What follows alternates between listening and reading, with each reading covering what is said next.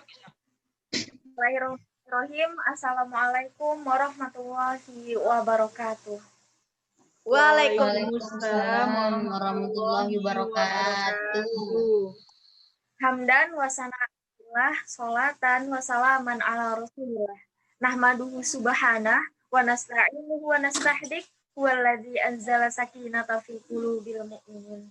Wa yasdadu imanan ma'a imanihim hatta yakuna ibadallahi qawilin. Subhana man mala'al wujuda adilatan layaluha ma'a aqfa bima abadan. Subhana man zaharal jami'a binurihim fi yarol asya'a man sofa. Segala puji milik Allah Rabb semesta alam, pencipta langit, bumi beserta isinya. Allah menciptakan langit sebagai atapnya, dan Allah menciptakan bumi sebagai lantainya, untuk manusia senantiasa beribadah hanya kepadanya semata. Salawat bersertakan salam, semoga selalu tercurahkan kepada reformer syariat, pembimbing umat, pemberi syafaat di hari kiamat kelak, yakni Nabi Muhammad Sallallahu Alaihi Wasallam. Baik teman-teman semuanya yang insya Allah dirahmati oleh Allah Subhanahu Wa Taala, pada kesempatan yang berbahagia ini, pada malam yang mungkin kita masih diberikan banyak sekali kesibukan di sela-sela kuliah kita, izinkanlah saya untuk menyampaikan sedikit materi pidato atau kultum ya untuk merefresh otak kita, yakni tentang perbaiki sholatmu maka Allah akan memperbaiki hidupmu. Sebelumnya Allah Subhanahu wa taala telah berfirman di dalam Al-Qur'an, Quran surat Al-Anfal ayat 29 yang berbunyi, ya ayyuhalladzina amanu ittaqullaha yaj'al lakum Qur'anan wa yukaffiru ankum sayyi'atikum wa yaghfir lakum wallahu dzul fadlil 'adzim. Yang artinya, wahai orang-orang yang beriman, jika engkau bertakwa kepada Allah, niscaya Dia akan memberikan kepadamu petunjuk dan mengampuni segala kesalahan-kesalahanmu dan mengampuni dosa-dosamu. Dan sesungguhnya Allah adalah Maha mempunyai karunia yang besar. Itu dicantumkan di dalam Quran surat Al-Anfal ayat 29. Oke, hadirin yang dirahmati oleh Allah Subhanahu wa taala, tanpa kita sadari banyak sekali kesalahan yang telah kita lakukan. Entah itu kesalahan yang kita sengaja, yang mana hingga akhirnya kita sampai pada titik kita akan sering-sering bertanya, apa selamanya kita akan terus begini, tanpa ada perubahan? Nah, dari pertanyaan itulah akhirnya seseorang ingin memperbaiki dirinya untuk menjadi lebih baik.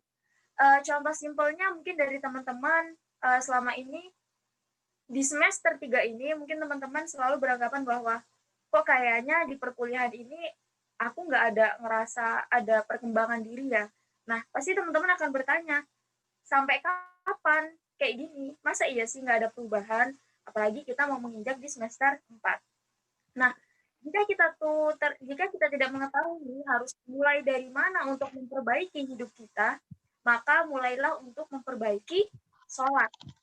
Nah, kenapa harus kita memperbaiki sholat? Karena dengan memperbaiki sholat itu sama saja dengan kita memperbaiki diri kita.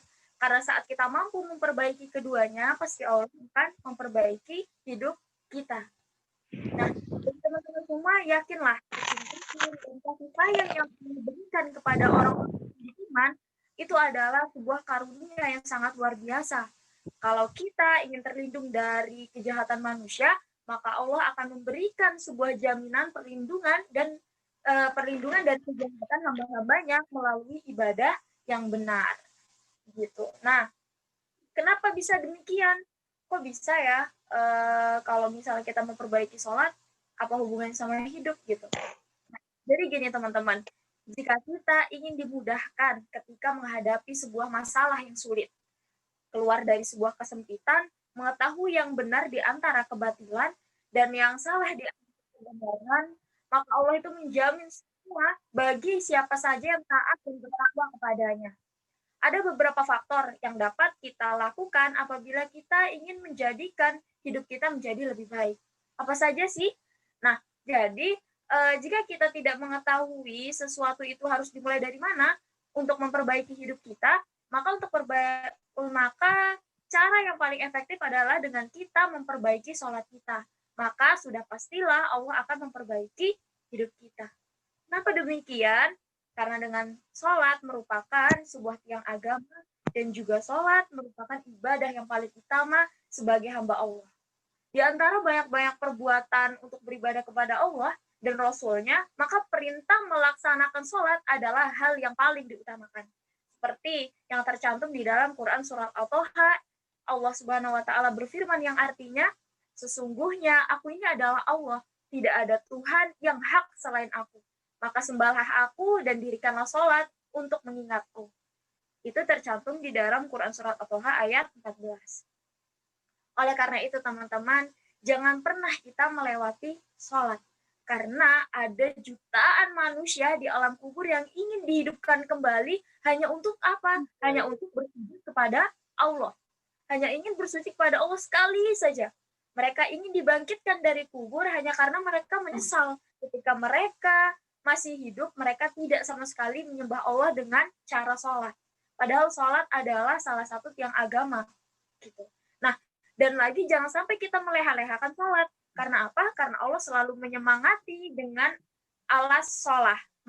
Dengan hayya alas sholah. Maka dirikanlah sholat. Atau hayya ala falah. Mari menuju sebuah kemenangan. Bahwa jarak kemenangan hanya berkisar antara kening dan sajadah ketika kita melaksanakan sholat. Teman-teman yang dirahmati oleh Allah Subhanahu wa Ta'ala, maka ketika kita melaksanakan sholat, Allah akan menjabah segala keinginan-keinginan kita untuk menjadi lebih baik. Karena kita ingin memperbaiki diri untuk menjadi yang lebih baik, maka sudah pasti Allah akan menyentuhmu melalui hidayahnya. Sehingga kamu pun akan menjadi lebih baik dalam menjalani kehidupan yang kamu butuhkan. Nah, kesimpulan dari apa yang saya sampaikan kepada teman-teman semua adalah janganlah kalian meninggalkan sholat. Karena apa? Ketika kalian ingin memperbaiki hidup, maka perbaikilah sholat kalian. Karena sholat merupakan tiang agama dan juga sholat merupakan ibadah yang paling utama dalam menghambakan diri kepada Allah Subhanahu wa Ta'ala. Terakhir dari saya, undur maqala wala tandur manqala. Lihatlah apa yang dikatakan, jangan melihat siapa yang mengatakan. Terima kasih banyak. Saya akhiri. Wabillahi taufiq wal hidayah, waridha wal inayah. Wassalamualaikum warahmatullahi wabarakatuh. Waalaikumsalam warahmatullahi wabarakatuh.